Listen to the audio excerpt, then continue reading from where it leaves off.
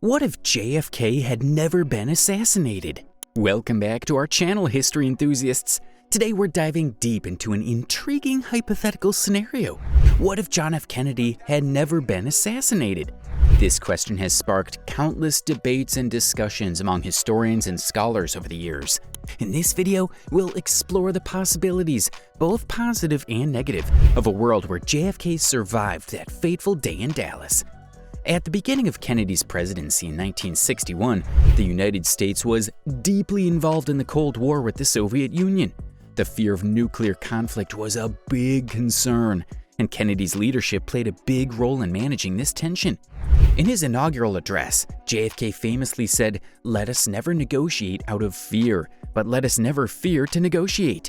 This commitment to talking with the Soviet Union was a significant change from the previous administration's more confrontational approach.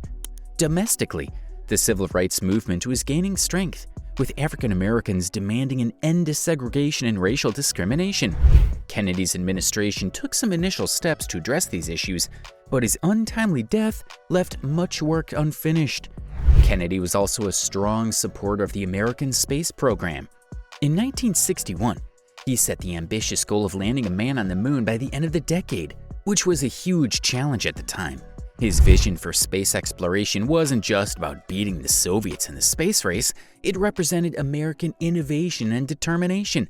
Kennedy's continued involvement could have sped up progress towards this historic achievement. Perhaps the most tense moment of JFK's presidency was the Cuban Missile Crisis in 1962. The world came close to nuclear war as the US confronted the Soviet Union over nuclear missiles in Cuba. Kennedy's handling of the crisis, through diplomacy and a naval blockade, is widely praised for preventing a nuclear disaster. These are a few examples of the key issues during Kennedy's presidency.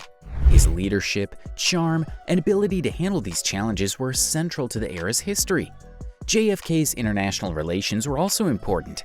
He met with leaders like Nikita Khrushchev and Charles de Gaulle, shaping the US's role on the global stage. During the height of the Cold War, Kennedy delivered his famous "Ich bin ein Berliner" speech in West Berlin, expressing support for the city and opposition to the Berlin Wall's division. Additionally, JFK's young and photogenic family, including First Lady Jacqueline Kennedy and their children, captured the public's imagination and added glamour to the presidency. His frequent press conferences allowed him to communicate directly with the American public, shaping his image as an accessible and relatable leader. As we look back on this era, it's clear that JFK's presidency was a time of great promise.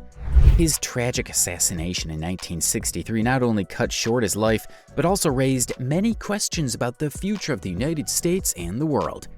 Now that we have a solid understanding of the world as it was during JFK's presidency, let's delve into the potential positive outcomes if he had lived. First and foremost, John F. Kennedy was a strong advocate for civil rights. His administration was working towards desegregation and equal rights for African Americans. With his continued leadership, the Civil Rights Act of 1964 might have been passed even sooner than it was in our actual history, accelerating progress toward racial equality. JFK's commitment to space exploration was unwavering. His famous moon speech in 1962 set a clear goal for NASA to land a man on the moon by the end of the decade. With his ongoing support, it's possible that NASA would have received even more funding and motivation to achieve this monumental feat sooner than the actual landing in 1969. JFK's resolve during the Cuban Missile Crisis was another testament to his leadership. His steady hand in diplomacy prevented a nuclear conflict. If he had continued in office, his approach to the Soviet Union might have further improved US-Soviet relations, reducing the risk of future crisis and global instability. The Kennedy family's popularity and charisma had a unifying effect on the American people. Their presence in the White House not only symbolized youth and hope, but also inspired a new generation of public service. JFK's survival would have maintained this positive image, possibly influencing more young Americans to pursue careers in public service. Jacqueline Kennedy, the First Lady, was also an influential figure. She used her platform to promote arts and culture. With JFK's continued presidency, her efforts to restore the White House and support the arts might have had an even greater impact. JFK's creation of the Peace Corps in 1961, which sent American volunteers to aid developing countries, reflected his commitment to global goodwill and diplomacy. His expanded influence might have led to further growth and effectiveness of programs like the Peace Corps. Kennedy's administration also engaged with Native American leaders, addressing issues like poverty and land rights. His continued focus on these matters could have led to more comprehensive policies that positively affected indigenous communities. JFK's diplomacy with Latin American countries was marked by the Allegiance for Progress, aimed at improving economic and political cooperation in the region. His continued efforts could have contributed to stronger relations with Latin American nations. While thinking about JFK's survival, we should consider both the good things and the potential problems. One major issue was Vietnam. During JFK's time as president, he increased U.S. involvement in Vietnam by sending military advisors. If he had stayed in office, he might have had to decide whether to get more involved or lessen U.S. presence there. This could have made the Vietnam conflict last longer and be more divisive. JFK had rumors of affairs in his personal life, including with Marilyn Monroe. While the media was less nosy about politicians' personal lives back then, these scandals could have become public during his second term, hurting his reputation. Winning his 1964 re-election could have been tough. He had strong opposition from conservative Republicans, and his first-term achievements would have been closely examined. Getting a second term might have been harder and could have changed American politics. JFK didn't always get along with his vice president, Lyndon B. Johnson. If he had survived, their differences in policies and personal issues could have escalated, making for a strained administration. The civil rights movement was growing during JFK's time in office.